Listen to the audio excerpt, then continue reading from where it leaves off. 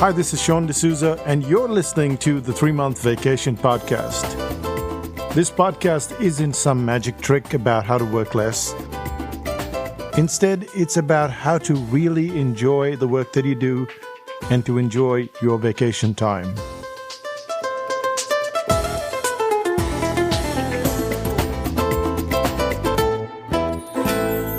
Hi, it's Sean, and you're listening to the 3-Month Vacation.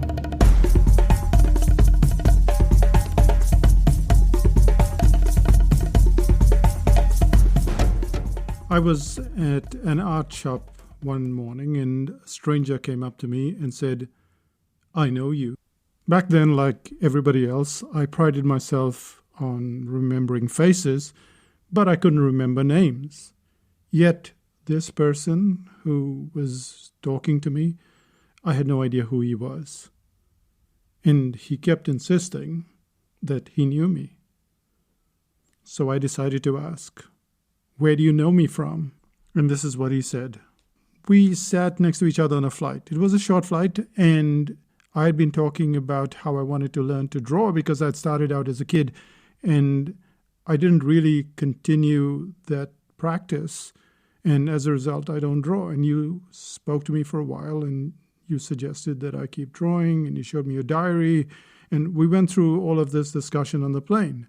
And here I am, he said, in the art shop. Not for the first time or the second time, but I've been coming back ever since because I've started to draw and paint, and it's all because of you.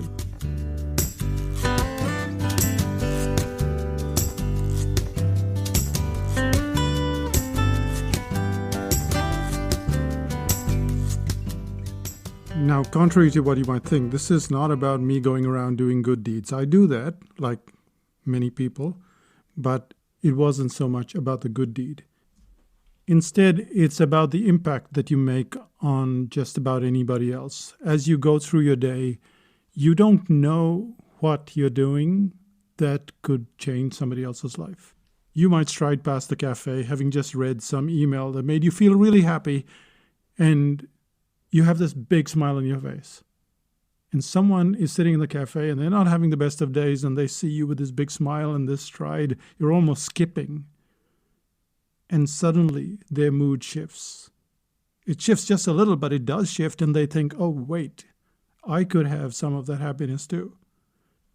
As we go through the day, we spread this kind of happiness, gloominess, all these kinds of moods to people that we know and people we don't know. But there's also something else that we are doing on a consistent basis, and that is we are putting out information. Like, for instance, now I'm doing this podcast, and you might write an article, you might write a little booklet, you might make a video, you might send a little note to someone. It doesn't matter what we're doing. Somehow, somewhere, we are like that little butterfly that flaps its wings, and it creates a typhoon on the other side of the planet.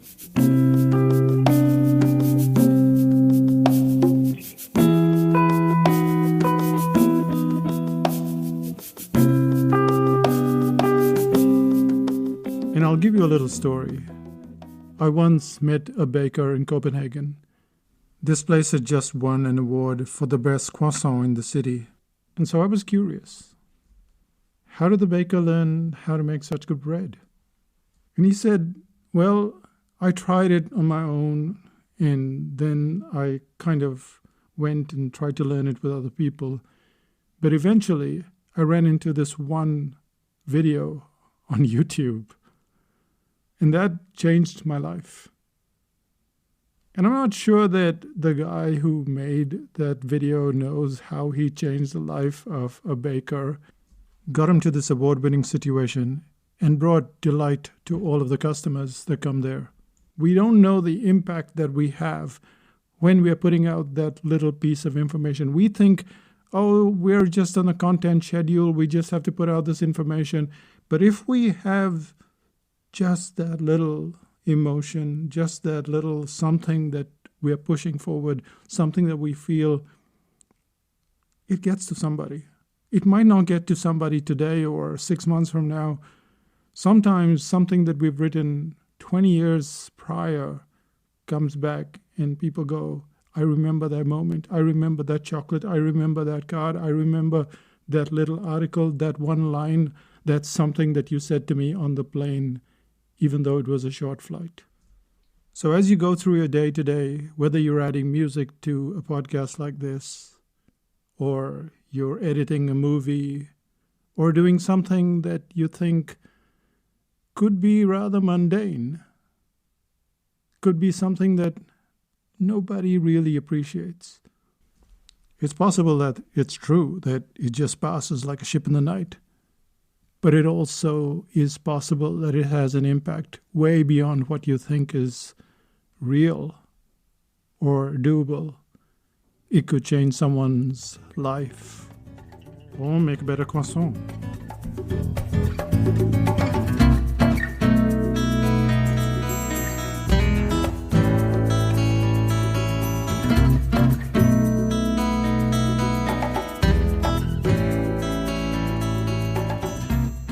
And on that note, let's find out what's happening in psychotactics land. One of the things that I'm really excited about is the storytelling course, because I don't know, storytelling is just so much a part of our lives. We have to use it for everything. And most of us have this fear that our stories are boring, and then when we do tell a story, that we don't know when to stop it. It's probably too short, too long. There is this frustration with storytelling. Some people seem to be just born storytellers. And, I don't think that's true. I mean, there are people that have figured it out. They've worked out the pattern. And so this is the pattern that we're going to learn. We're going to learn how to use storytelling. Now, there's lots of storytelling online, lots of books, but very few of them work on the short story, not short stories, but short story, like maybe a paragraph or two that you're going to put in your article or your book. That kind of story is specific to business. It's specific to a few minutes in time. It's like the story I told you about the guy who was in the plane. It's very short.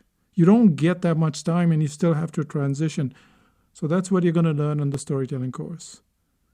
That's the first thing that really excites me. And the second thing is the photography course that we're having in Lisbon. I know Lisbon is probably nowhere next to where you live, but if you decide to come along, then you're going to have a blast, because we're going to learn storytelling through photographs. You're going to learn how you can take these pictures of people as they go about what seems like their everyday life. And people will look at your photographs and go, oh, wow, that's amazing that you're able to capture that moment in time, that movement, because eventually we are going to photograph strangers and we're going to capture movement, that story that they're telling. Both of this you can find on our website, or you can just email me and I'll send you a link. But that's pretty much it from me, and I hope you go out there and flap your wings like a butterfly and make some change. Bye for now.